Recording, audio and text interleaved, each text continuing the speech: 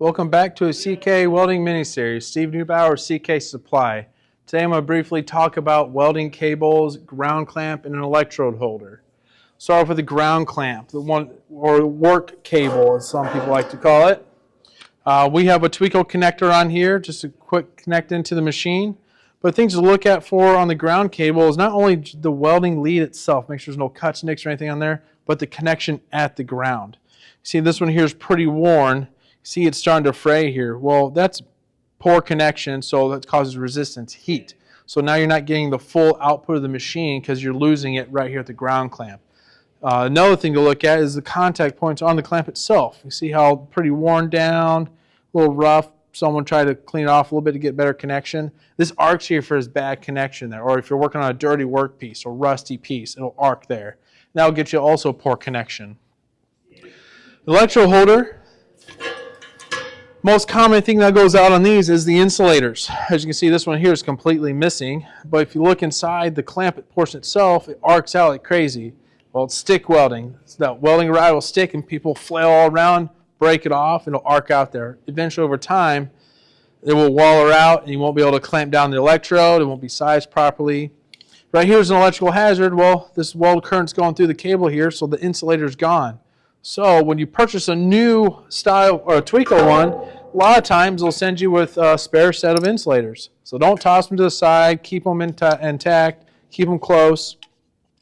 It's a stick rod, so these are going to burn up. But cautious, you can buy these separately. So you don't have to buy a whole new electrode. You can easily replace these all with the welded cable if it's still good.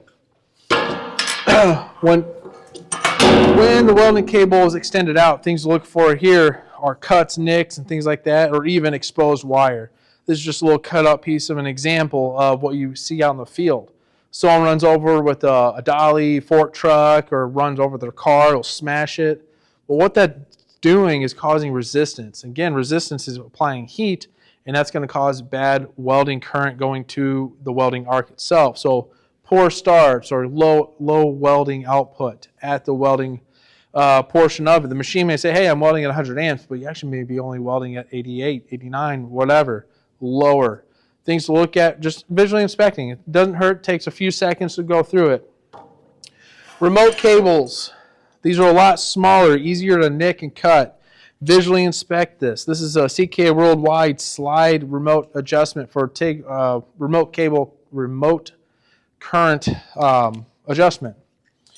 Things to look at if you pull these out all the time is the Amphenol pins. This one has a bunch in there. So if one of these gets nicked or pushed around to the side, it may not seed into the machine itself. It may not make good connection to where you're, hey, I need 100 amps.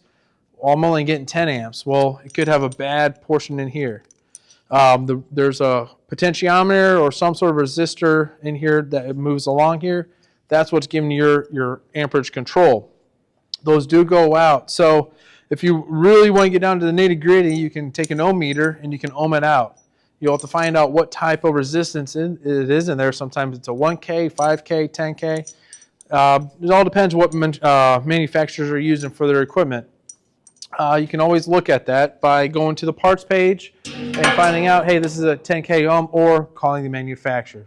So that's a wrap on some welding cable accessories and things to look for.